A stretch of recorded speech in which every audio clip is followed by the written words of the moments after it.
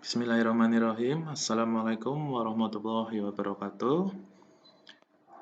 Berjumpa kembali bersama saya Guntur Maulana Zamroni pada mata kuliah Pengantar Rekayasa Perangkat Lunak. Pada pertemuan kali ini, kita akan membahas mengenai pengantar model pengembangan perangkat lunak. Ya. Jadi sebetulnya apa itu model pengembangan perangkat lunak? Model pengembangan perangkat lunak adalah model yang digunakan atau acuan atau panduan yang kita gunakan ketika kita melakukan pengembangan sebuah perangkat lunak.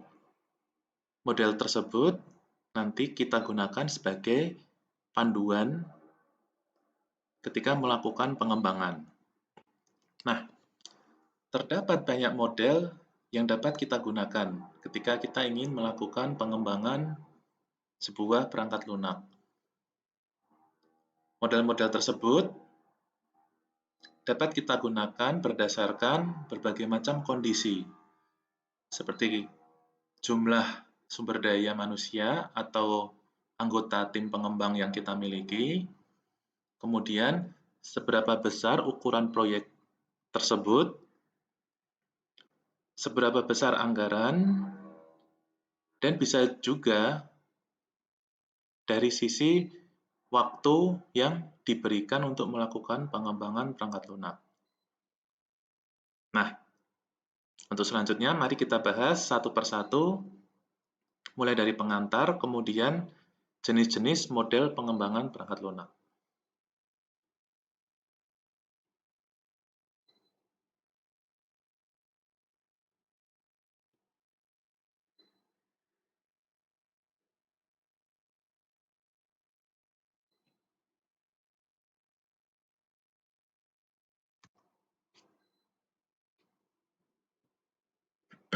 Nah, untuk capaian mata kuliah kali ini,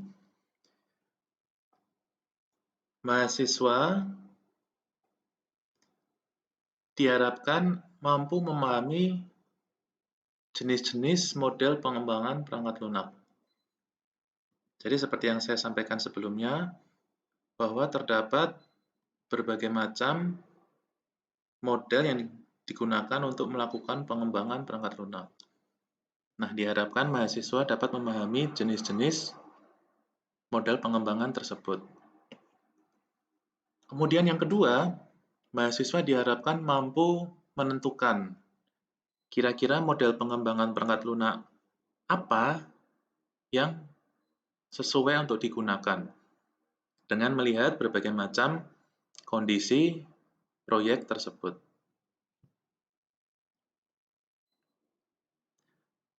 Baik, untuk pengantar, sebelumnya apa itu model pengembangan perangkat lunak? Di sini terdapat beberapa definisi.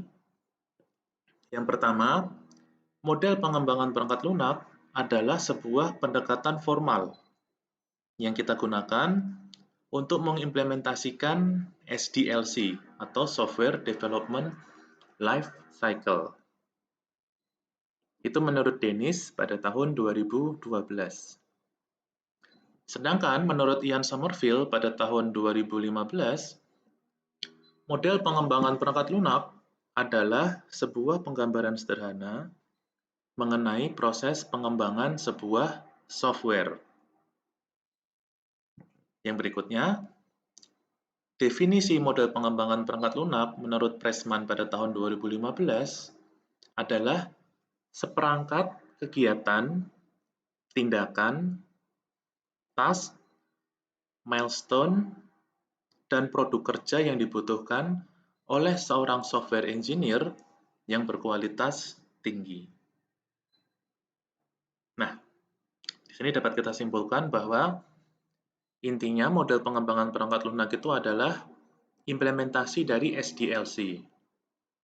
Sebelumnya kita pernah membahas mengenai SDLC. SDLC adalah sebuah kerangka atau framework yang digunakan untuk melakukan pengembangan perangkat lunak. Seperti apa SDLC? Kita lihat. Ini adalah SDLC yang sebelumnya pernah kita bahas. Jadi kerangka SDLC atau Software Development Lifecycle itu memiliki 4 tahapan. Yang pertama adalah planning, kemudian ada analisis, dilanjutkan tahapan desain, dan terakhir adalah implementation. Ini merupakan kerangka SDLC. Nah, kemudian dari kerangka SDLC ini dikembangkan lagi oleh orang-orang menjadi model-model pengembangan perangkat lunak. Jadi berbagai macam model pengembangan perangkat lunak yang ada saat ini, itu semuanya, atau mungkin hampir semuanya ya, mengacu kepada kerangka SDLC. Terdapat 3 jenis model, atau boleh dibilang 3 jalur model. Nah, yang pertama adalah structure design, atau model terstruktur. Pada model terstruktur, nanti akan kita bahas beberapa model atau metodologi. Yang pertama nanti akan kita bahas adalah waterfall, kemudian paralel, dan V-model. Setelah structure design atau model terstruktur, ada yang namanya rapid application development. Biasa orang-orang menyingkatnya dengan RAD. Rapid Application Development. Terdapat 3 jenis model yang akan kita bahas menurut RAD. Yang pertama adalah fase development atau iteratif. Yang kedua, kita akan membahas prototyping, dan yang berikutnya throwaway prototyping. Kemudian yang terakhir adalah agile development. Agile development ini adalah salah satu jalur pemodelan yang cukup populer digunakan oleh para pengembang saat ini. Kita akan membahas 2 atau 3 jenis nanti. Ada yang namanya extreme programming, biasa disingkat XP. Dan yang kedua, ada model Scrum. Baik, kita mulai dari yang pertama, structure design. Structure design, atau dalam istilah lainnya adalah model terstruktur. Di sini, sebuah proyek itu akan bergerak secara methodically atau bertahap, dari suatu tahapan ke tahapan yang lainnya. Ya. Kemudian, sebelum dapat berlanjut ke tahapan berikutnya atau ke fase berikutnya, tahapan sebelumnya harus benar-benar terselesaikan. Jadi pada structure design ini, kita akan mengerjakan tahapan demi tahapan satu per satu. Gitu ya. Semisal sebagai contoh, kita berada pada tahapan planning. Setelah planning ada tahapan analisis. Nah, sebelum kita dapat melakukan tahapan analisis, kita harus menyelesaikan terlebih dahulu tahapan planning. Begitu pula selanjutnya, kita harus menyelesaikan tahap analisis sebelum dapat melanjutkan ke tahap coding atau sebelum dapat melanjutkan ke tahapan desain ataupun tahap-tahap berikutnya seperti coding, implementasi, dan seterusnya.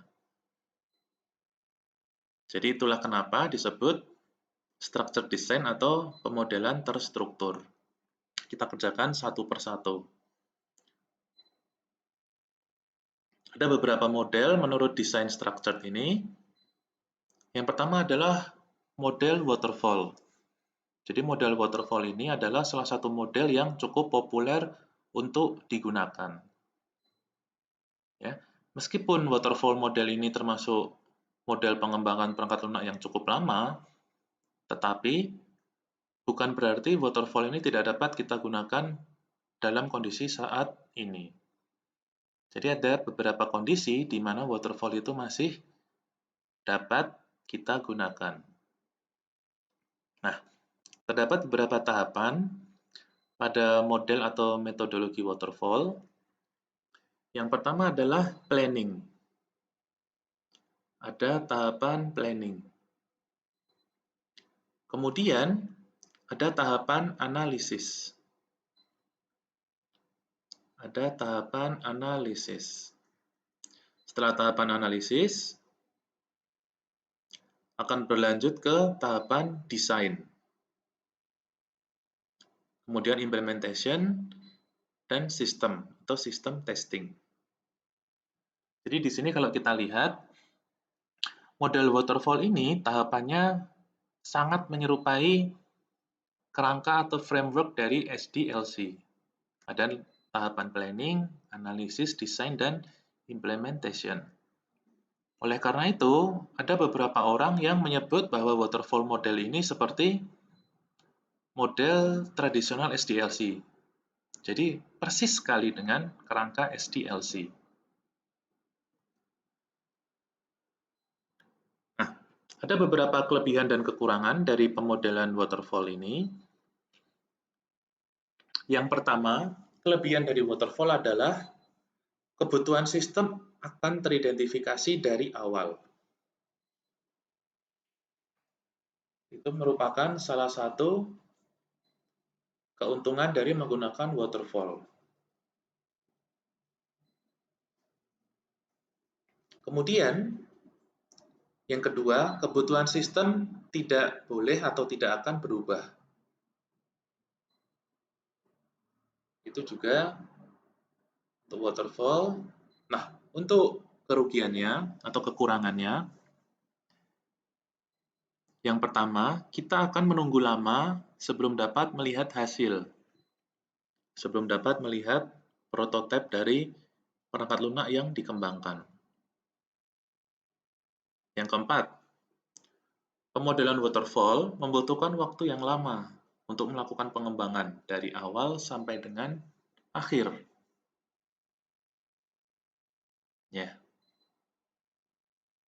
ini betul ya. Jadi kalau kita bahas sekilas, seperti yang saya sampaikan sebelumnya, bahwa pemodelan terstruktur, kita harus melakukan tahapan demi tahapan, satu persatu. Sebagai contoh, pada tahapan planning, kita sudah mengumpulkan berbagai macam requirement dan berbagai macam analisis kelayakan. Kemudian kita berlanjut ke analisis, berlanjut ke desain. Nah, ketika sampai pada tahap desain, katakanlah tiba-tiba klien itu berubah pikiran. Klien ingin menambahkan sebuah fitur atau requirement pada perangkat lunak yang akan dikembangkan. Nah, pada kondisi seperti itu, mau tidak mau, tim pengembang akan kembali ke tahapan planning. Akan mengulangi lagi tahapan planning, berlanjut ke analisis, desain, dan implementation. Jadi semisal pada tengah-tengah pengembangan ini mengalami perubahan, maka mau tidak mau akan mengulang dari tahapan paling awal, tahapan planning. Waterfall itu seperti itu. Jadi ada yang beranggapan bahwa hal itu merupakan salah satu keuntungan, tetapi ada juga yang beranggapan hal tersebut merupakan salah satu kelemahan dari model atau metodologi waterfall.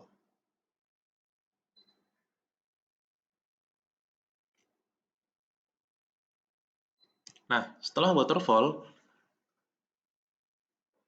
model berikutnya adalah pemodelan paralel.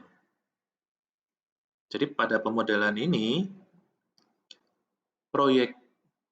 sebuah proyek itu akan kita bagi menjadi sub-sub proyek yang lebih kecil. Kita lihat pemodelannya seperti apa ya. Yang pertama ada tahapan planning, kemudian analisis, kemudian desain. Ini menyerupai dengan waterfall yang sebelumnya tadi kita bahas. Nah, tetapi pada paralel, setelah tahap desain, proyek ini akan dibagi menjadi beberapa sub-sub proyek. Katakanlah, yang pertama dibagi menjadi subproyek untuk front-end. Kemudian yang berikutnya dibagi menjadi subproyek untuk mengerjakan back-end-nya. Jadi bisa dipahami ya, kenapa disebut paralel? Disebut paralel karena tim pengembang perangkat lunak mengerjakan dua buah pekerjaan atau subproyek dalam waktu yang bersamaan. Jadi, tadi contohnya, tim pengembang mengerjakan front-end dan back-end secara bersamaan. Nah, setelah masing-masing subproyek ini selesai, tahapan berikutnya adalah integration. Melakukan integrasi dari sub-sub proyek tersebut. Kalau contohnya tadi front-end dan back-end, nah berarti pada bagian implementasi, subproyek front-end dan subproyek back-end itu akan diintegrasikan menjadi sebuah satu kesatuan. Nah, pemodelan paralel di sini akan mengatasi kendala terkait waktu yang dimiliki oleh model waterfall sebelumnya tadi. Kemudian, seperti yang sudah saya sampaikan sebelumnya, proyek itu akan dibagi menjadi beberapa subproyek yang akan dikerjakan secara paralel, secara bersamaan. Yang kemudian pada akhirnya akan diintegrasi. Nah, sebagaimana pemodelan waterfall, pemodelan paralel tentunya juga memiliki kelebihan dan kekurangannya. Untuk kelebihannya atau keuntungannya tentunya mengurangi waktu pengembangan perangkat lunak dibandingkan waterfall ya. Jadi parallel development ini mengurangi waktu yang diperlukan untuk melakukan pengembangan. Kenapa mengurangi waktu? Karena pada pengembangan perangkat lunak model paralel ini, beberapa subproyek itu akan dikerjakan secara bersamaan. Semisal pada waterfall tadi, proyek itu akan dikerjakan satu persatu. Jadi sebagai contoh, kita akan mengerjakan front-end terlebih dahulu. Setelah front-end selesai 100%, kita baru dapat berlanjut ke back-end. Gitu seterusnya. Nah, pada paralel tadi, subproyek untuk front-end dan back-end itu akan dikerjakan secara bersamaan atau secara paralel. Nah, tentunya pembagian sebuah proyek menjadi sub-sub proyek kecil itu juga memiliki kendala gitu. Nah, yang pertama adalah kita harus hati-hati ketika membagi subproyek. Jadi kita harus memastikan bahwa subproyek itu dikerjakan oleh tim yang betul-betul berkompeten pada apa yang dikerjakan, pada apa yang akan dikembangkan. Kemudian, kendala berikutnya adalah ketika melakukan integrasi dari beberapa subproyek menjadi sebuah kesatuan. Pada proses integrasi tersebut, terkadang sebuah tim pengembang menemui kendala gitu. Nah, ini beberapa kelemahan dari pemodelan paralel. Yang ketiga adalah V-model. V-model ini lebih menekankan kepada proses testing. Lebih menekankan kepada proses testing yang secara otomatis akan berimbas kepada kualitas perangkat lunak yang dimiliki. Semakin banyak atau semakin bagus testing yang dilakukan, secara tidak langsung kualitas perangkat lunak akan semakin baik. Kita lihat satu persatu seperti apa tahapan pada V-model. Pengembangan dimulai dari tahapan analisis. dimulai dari tahapan analisis. Nah, setelah tahap analisis, akan langsung dilakukan testing atau pengujian yang namanya acceptance test design. Kemudian setelah tahap analisis masuk ke tahapan desain. Setelah selesai tahapan desain, akan dilakukan 3 buah tes. Ada yang namanya system test design, ada yang namanya integration test design, dan unit test design. Seperti itu ya. Kemudian berlanjut ke tahapan ketiga, yaitu implementation atau proses pengkodingan. Selesai pengkodingan, nah, akan masuk ke tahapan pengujian. Ada beberapa pengujian di sini, ada unit testing, integration testing, system testing, dan acceptance testing. Nah, hasil dari tes desain yang kita lakukan sebelumnya ini akan digunakan sebagai acuan pada proses testing-testing yang ada di sebelah kanan kita ini.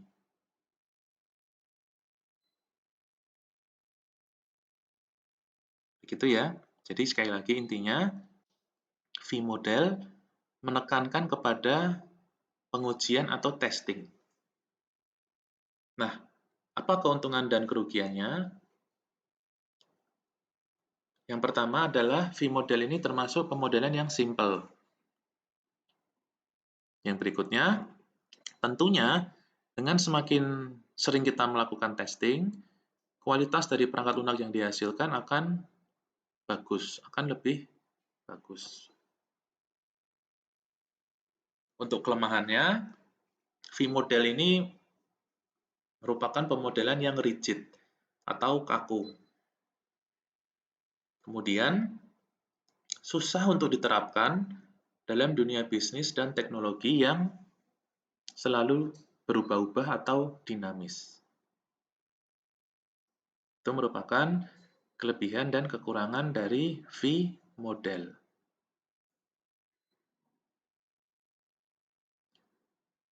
Nah, sekarang kita masuk ke RAD atau Rapid Application Development. Ya, seperti apa itu Rapid Application Development? Jadi di sini kita akan membahas 3 model dari RAD. Yang pertama adalah fase, pemodelan fase atau iteratif. Kemudian yang kedua adalah prototyping. Yang ketiga adalah throwaway prototyping. Kita lihat satu persatu ya. Nah, pemodelan fase atau iteratif. Seperti namanya iteratif itu kan artinya selalu meningkat, selalu berkembang ya. Pada pemodelan ini, pada setiap akhir siklus, diharapkan perangkat lunak yang dihasilkan itu akan selalu mengalami peningkatan atau perkembangan dari siklus-siklus sebelumnya.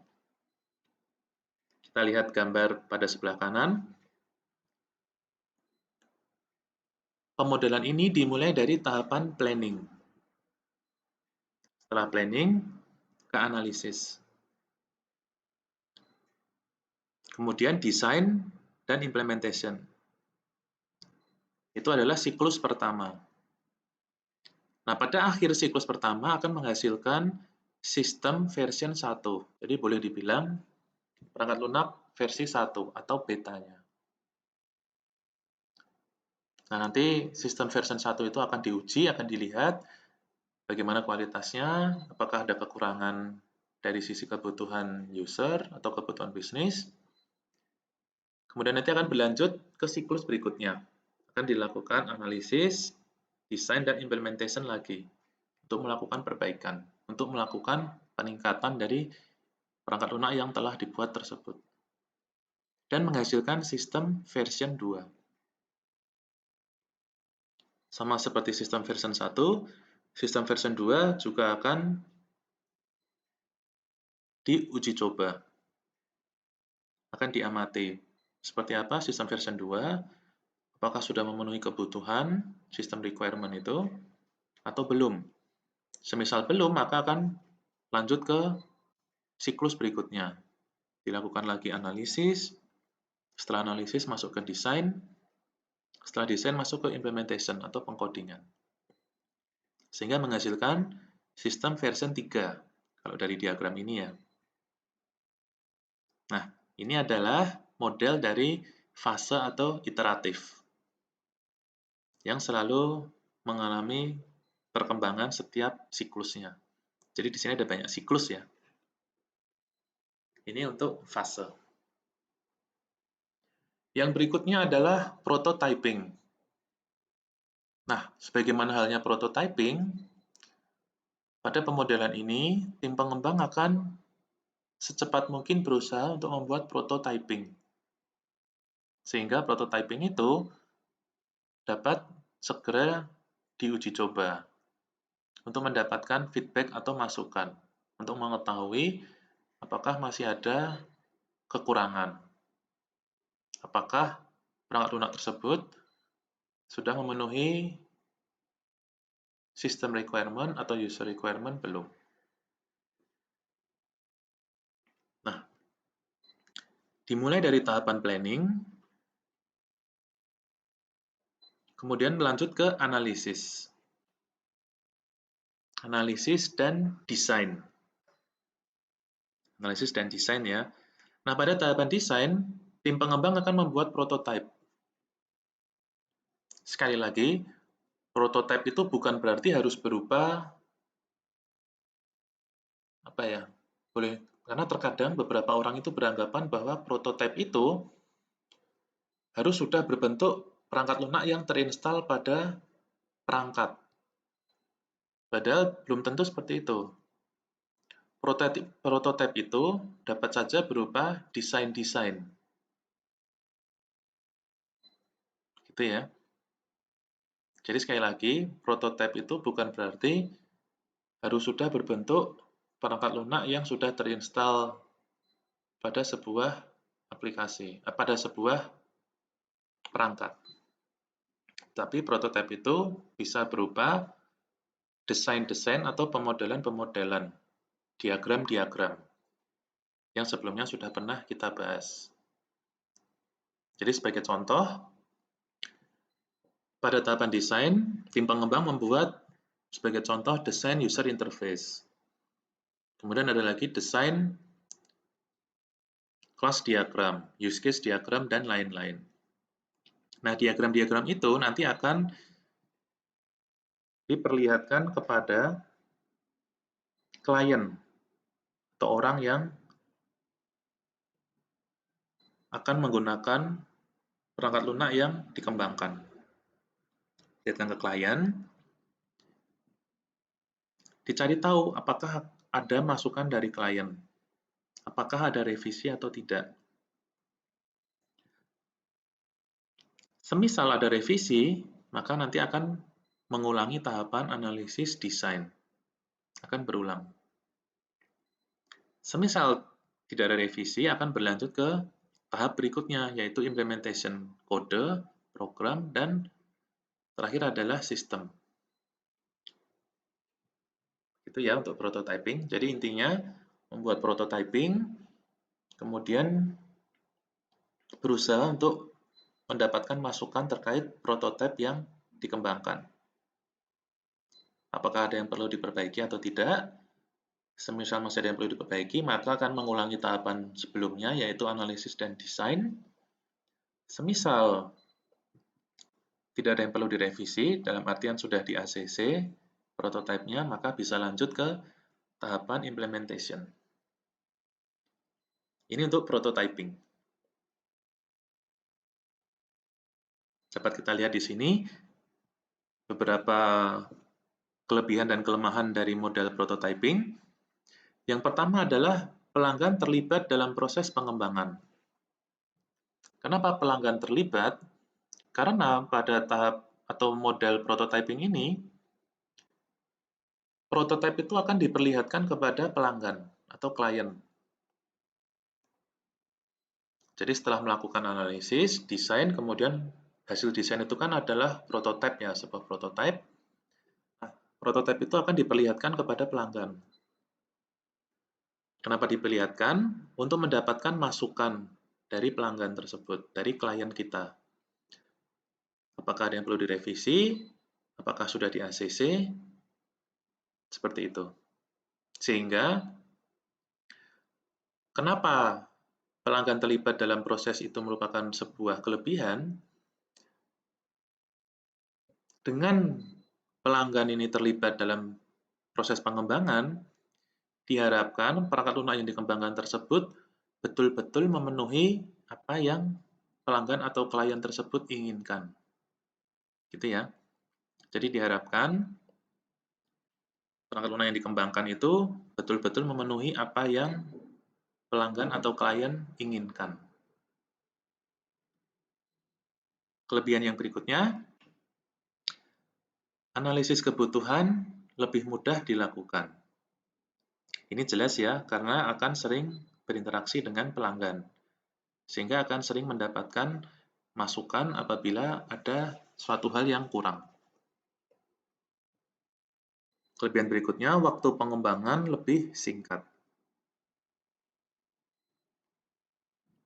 Nah, untuk kelemahannya sendiri ada dua di sini. Yang pertama adalah dari sisi fleksibilitas, kemudian proses analisis dan perancangan yang singkat. Proses analisis dan perancangan yang singkat. Ini betul ya, kenapa? Karena pada prototyping, kita berusaha sesegera mungkin membuat sebuah prototipe untuk dapat diperlihatkan kepada pelanggan atau klien. Jadi, proses analisis dan desain atau perancangan itu akan kita lakukan secara singkat, sehingga segera mendapatkan prototipe.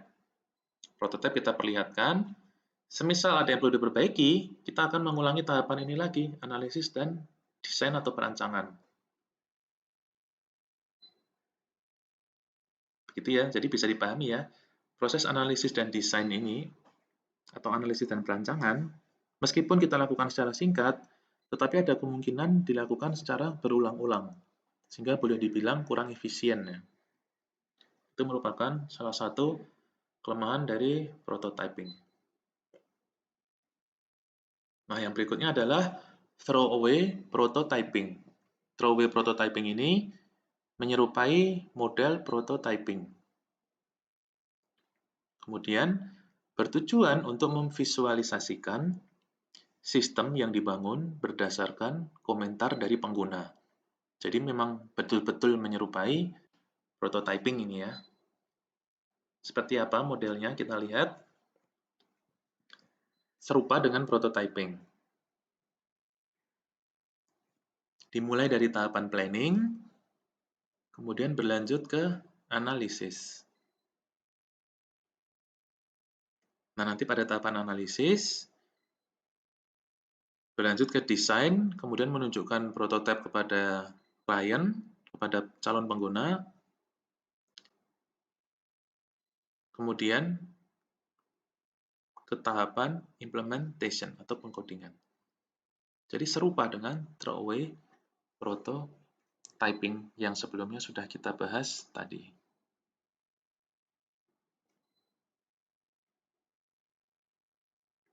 Nah, yang berikutnya adalah agile development. Ini yang tadi sempat saya singgung. Agile development ini adalah sebuah model pengembangan yang cukup populer saat ini ya. Seperti namanya, agile itu adalah artinya lincah atau gesit. Jadi pada agile development ini semuanya akan dikerjakan secara cepat, secara gesit gitu. Ada beberapa model pengembangan. Nah, sebelumnya, ini ada beberapa model pengembangan untuk agile development. Yang pertama adalah extreme programming atau XP. Extreme programming. Kemudian yang kedua adalah Scrum. Dan yang ketiga adalah Spiral. Kita bahas satu persatu. Extreme programming atau biasa disingkat XP. Extreme Programming adalah sebuah model pengembangan perangkat lunak yang menyederhanakan berbagai tahapan pengembangan sehingga menjadi adaptif dan fleksibel. Menyederhanakan berbagai tahapan sehingga menjadi adaptif dan fleksibel. Nah, berikutnya XP ini atau Extreme Programming ini muncul karena permintaan klien yang sering berubah dengan cepat, yang tidak cocok untuk model pengembangan perangkat lunak yang tradisional. Tradisional itu seperti waterfall, paralel, dan V-model tadi ya. Nah, jadi XP ini muncul karena permintaan klien yang selalu mengalami perubahan. Jadi bisa dipahami ya, kenapa XP itu muncul. Kemudian, tujuan dari pemodelan Extreme Programming adalah untuk meminimalisir biaya yang diperlukan jika ada perubahan dalam pengembangan sebuah perangkat lunak. Extreme Programming ini banyak digunakan untuk aplikasi mobile yang memiliki jumlah programmer sedikit dan menuntut sering terjadinya perubahan dalam proses pengembangannya. Ini perubahan maksudnya perubahan kebutuhan ya, kebutuhan requirement dalam proses pengembangannya. Nah, Extreme Programming seperti ini. Extreme Programming dimulai dari tahapan planning, perencanaan. Pada tahapan planning. Setelah tahapan planning,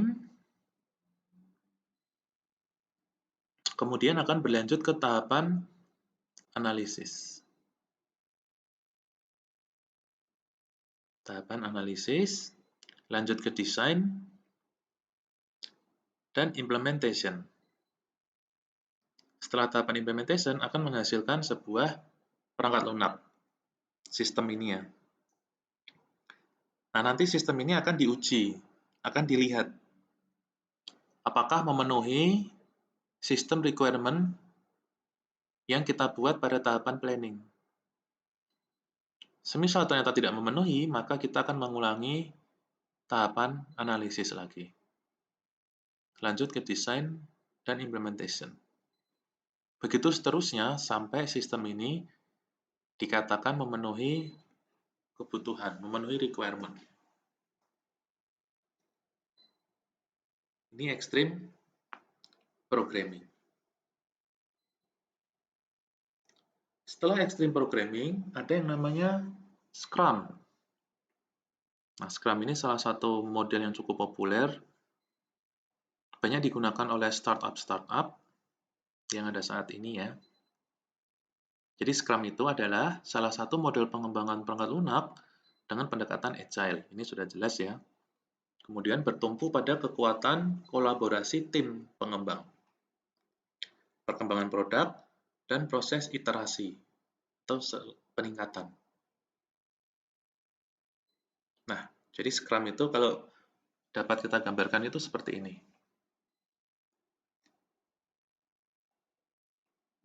Kita lihat.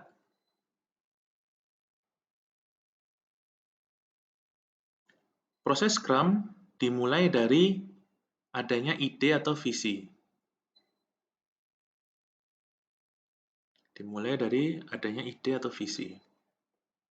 Nah, ide atau visi tersebut akan dikembangkan menjadi produk backlog dan sprint backlog.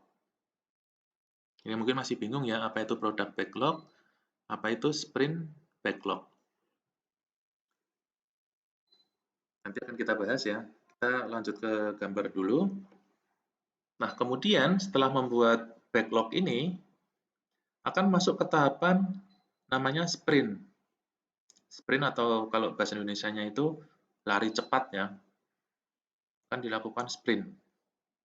Nah, sprint ini biasanya dalam hitungan minggu, jadi tidak lama. Setelah dilakukan sprint, maka akhir dari proses sprint itu akan menghasilkan potensial produk. Dalam artian akan menghasilkan sebuah produk yang dapat digunakan oleh klien atau konsumen. Kemudian tim pengembang akan lanjut ke sprint review untuk mereview proses sprint yang telah dilakukan itu dan akan kembali ke planning, akan kembali melihat backlog. Mungkin kalian masih bingung ya untuk sekarang, tapi nanti akan kita jelaskan lebih detail. Kita lanjutkan terlebih dahulu. Nah, dalam model Scrum ini, tim akan dibagi menjadi 3 kelompok. Tim akan dibagi menjadi 3. Yang pertama adalah ada yang namanya product owner.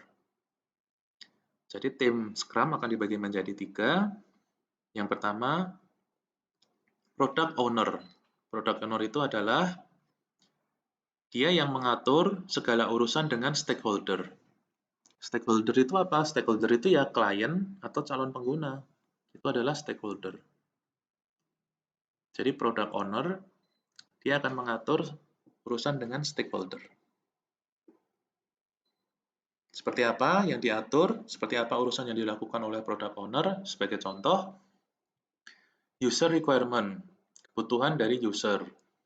Kemudian system requirement, kebutuhan dari sistem. Nah, hal-hal seperti itu akan dilakukan oleh product owner.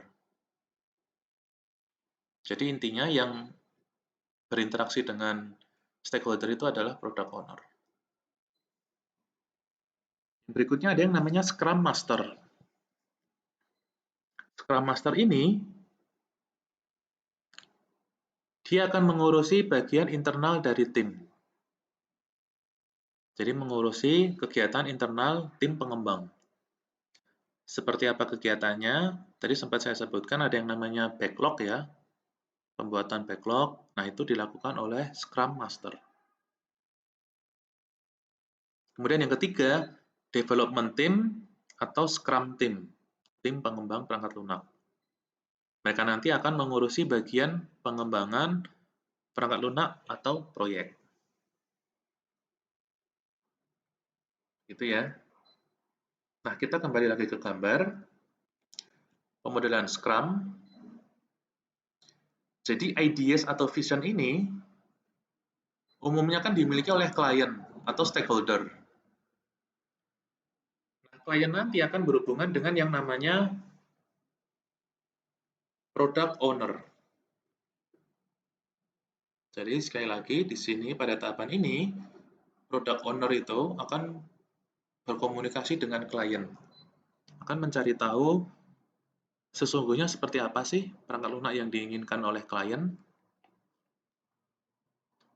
Nah, setelah tahapan ideas atau vision ini, akan lanjut ke tahapan planning.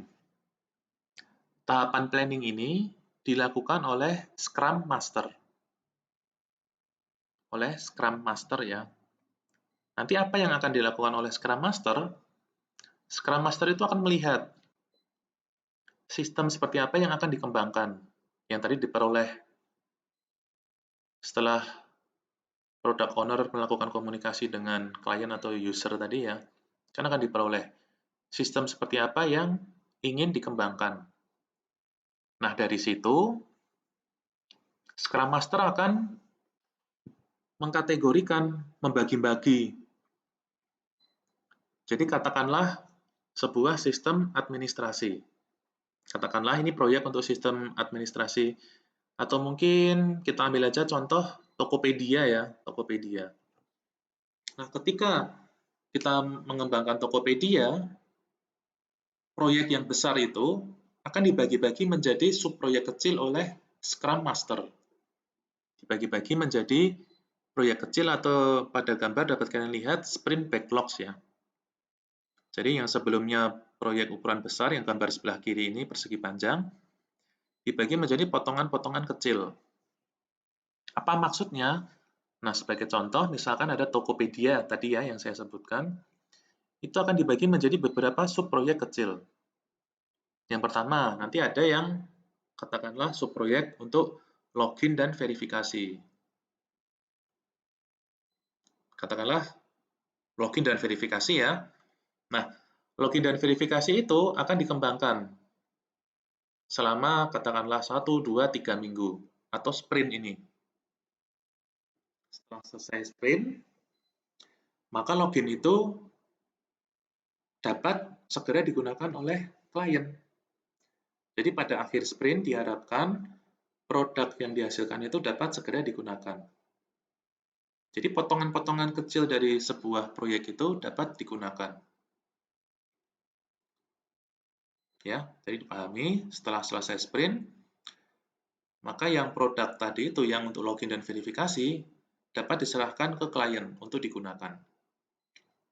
Ya, diserahkan ke klien, kemudian tim lanjut ke sprint review. Dilihat bagaimana proses sprint yang dilakukan, kemudian kembali ke tahapan planning.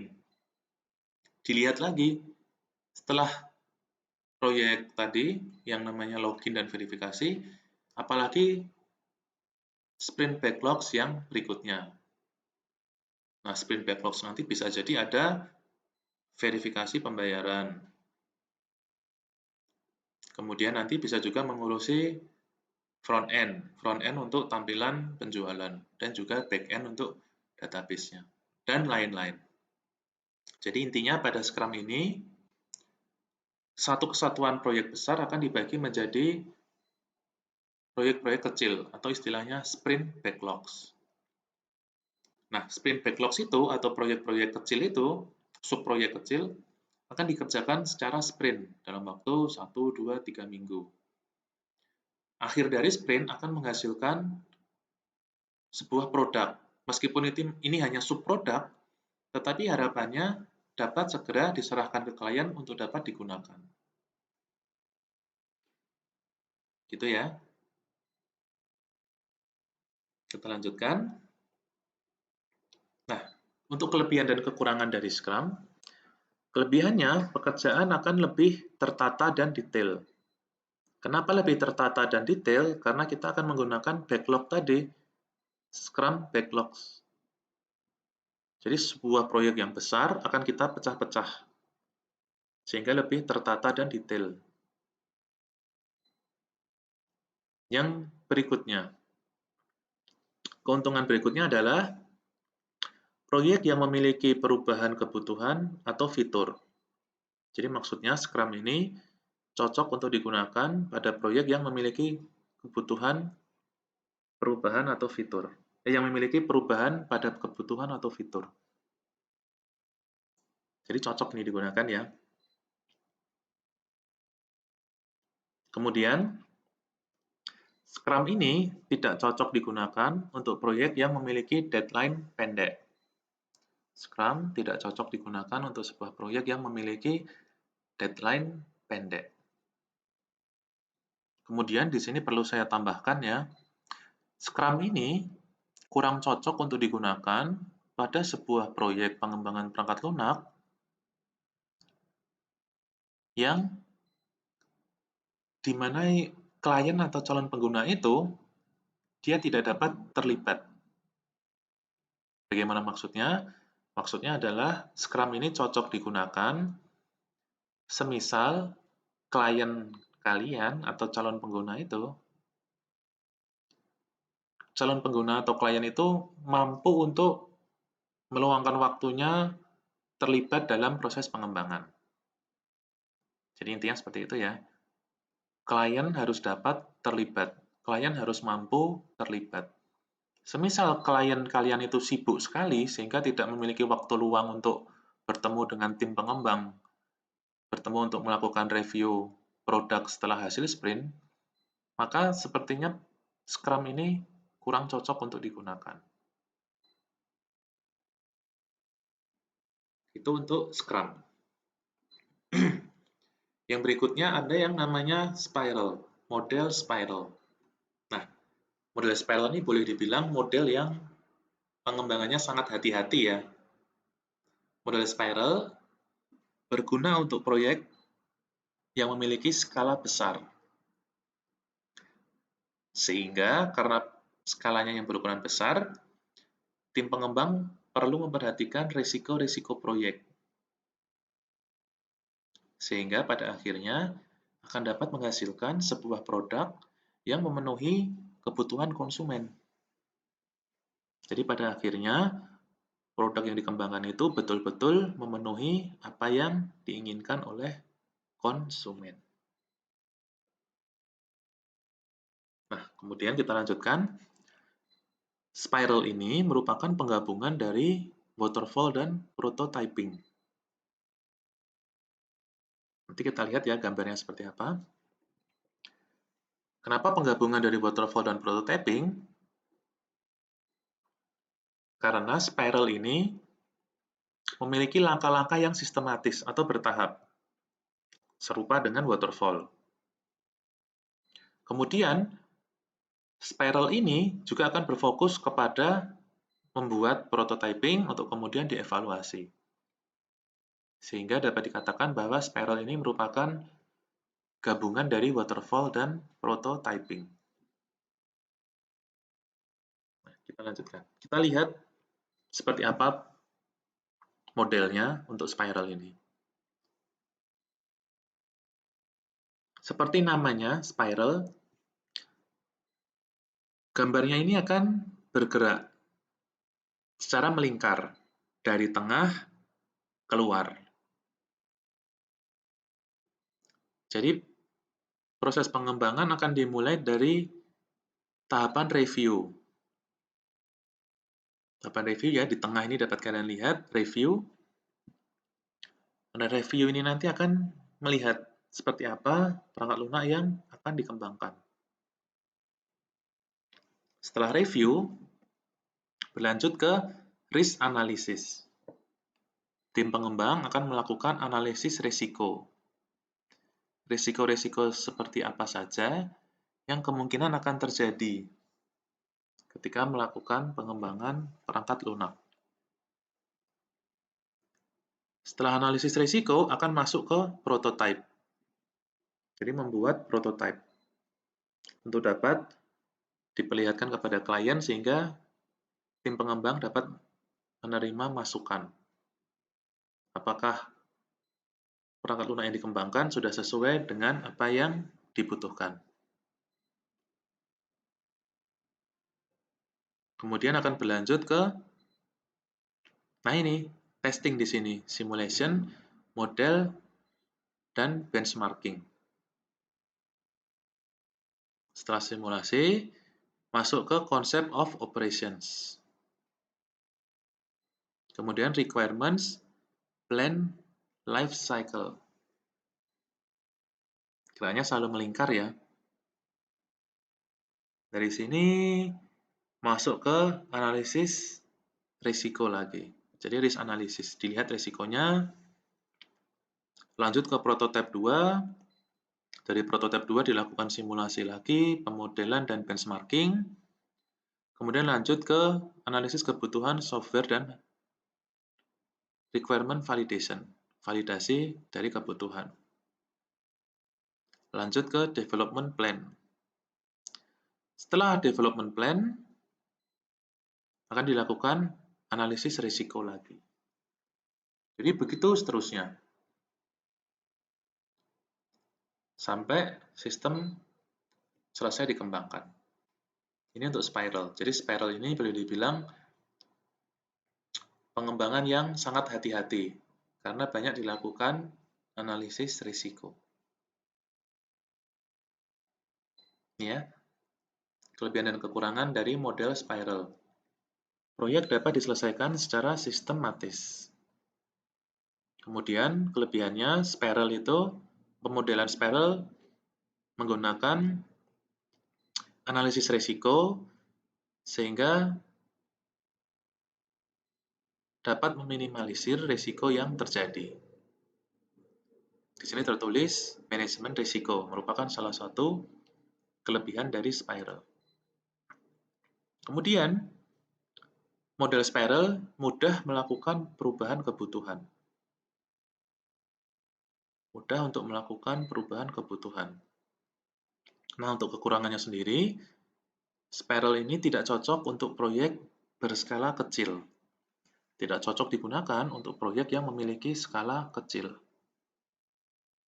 Kemudian, memakan waktu yang lama untuk melakukan pengembangan perangkat lunak. Dan yang berikutnya, membutuhkan pengalaman untuk menggunakan model spiral ini. Itu ya. Itu untuk spiral. Berikutnya, strategi pemilihan model pengembangan perangkat lunak. Jadi tadi kan sudah kita bahas, terdapat beberapa jenis model yang dapat kita gunakan untuk melakukan pengembangan perangkat lunak. Ya, tadi yang kita bahas hanya beberapa ya. Di luar sana masih banyak lagi model-model yang tidak tertulis pada materi ini. Nanti untuk media pembelajaran, biasanya mereka memiliki model pengembangan sendiri. Untuk aplikasi mobile, ada juga yang namanya Mobile Application Development Lifecycle. Untuk sistem informasi, ada sendiri model-model yang dapat digunakan. Jadi sekali lagi, kalian ketika melakukan pengembangan perangkat lunak, jangan hanya terpaku pada model-model yang ada pada materi ini. Karena di luar sana masih banyak model yang dapat untuk kita gunakan. Nah, kemudian pertanyaannya, bagaimana cara kita memilih model yang sesuai dengan apa yang kita kembangkan? Jadi semisal kita melakukan pengembangan sebuah perangkat lunak, model pengembangan apa yang cocok untuk kita gunakan?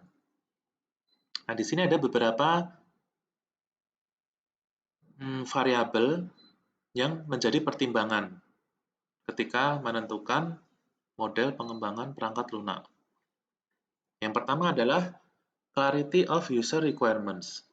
Jadi, seberapa jelas user requirement itu?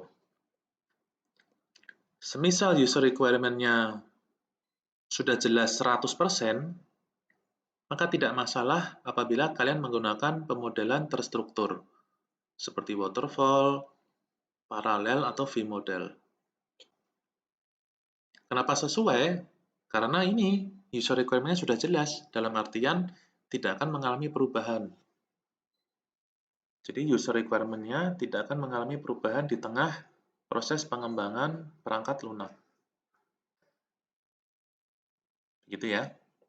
Yang kedua, seberapa familiar tim pengembang itu dengan teknologi yang akan digunakan.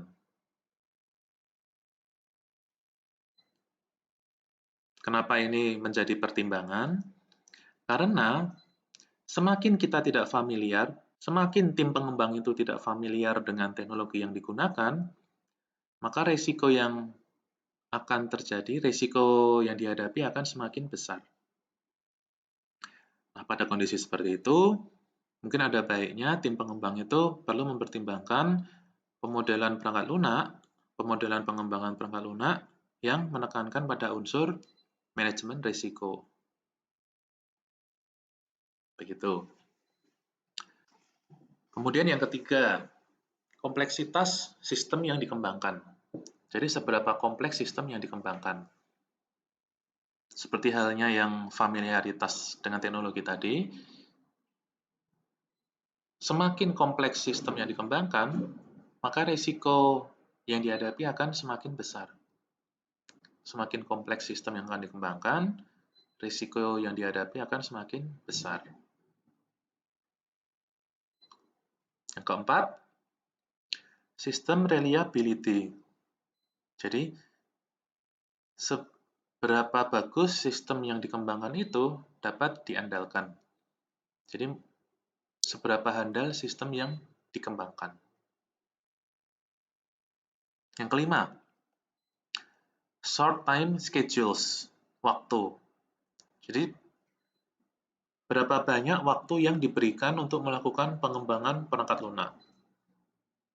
Semisal waktu yang diberikan ternyata lama, maka tidak masalah semisal kita menggunakan pemodelan pengembangan perangkat lunak yang membutuhkan waktu lama. Tetapi semisal waktu yang diberikan itu sedikit, maka ada baiknya kita menggunakan pemodelan pengembangan perangkat lunak yang sesuai dengan waktu yang diberikan. Yang nomor 6, schedule visibility. Ini maksudnya kejelasan dari jadwal atau timeline pengembangan perangkat lunak ya. Jadi seberapa jelas jadwal atau proses kegiatan itu. Yang terakhir adalah customer availability.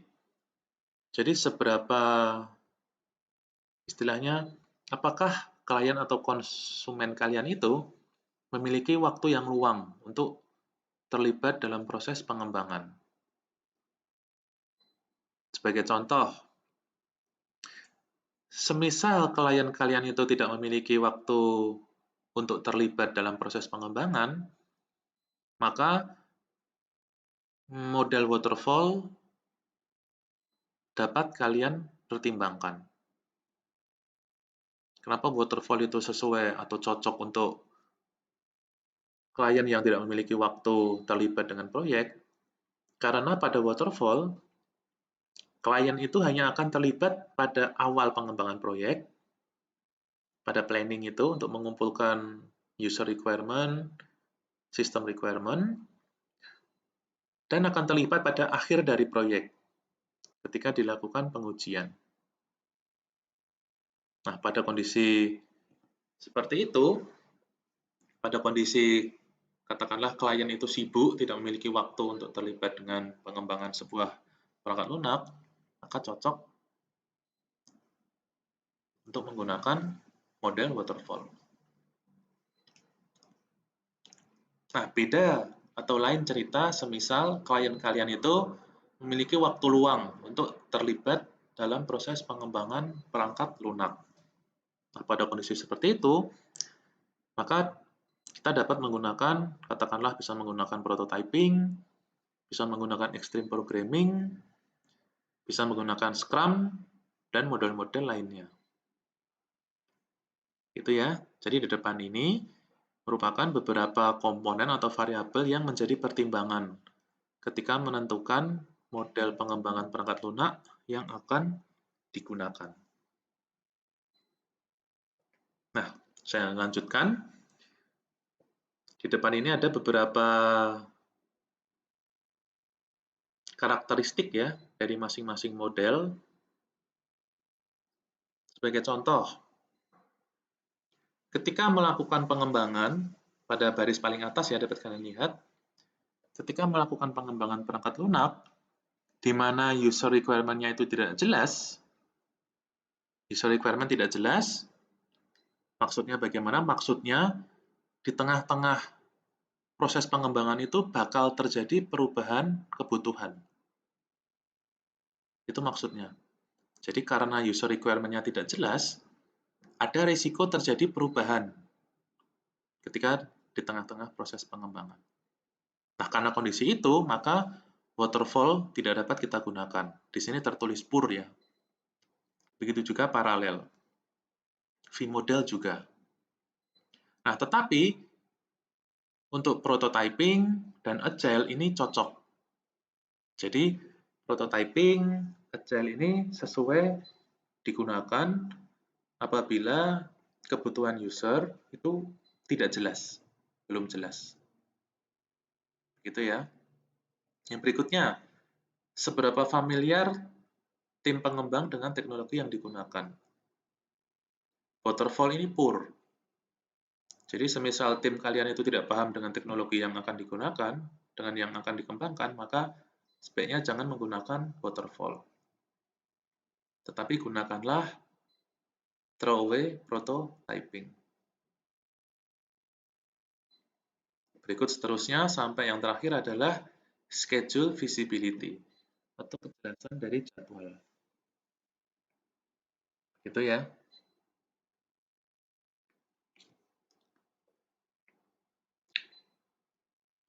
Baik, materi kita sampai di sini.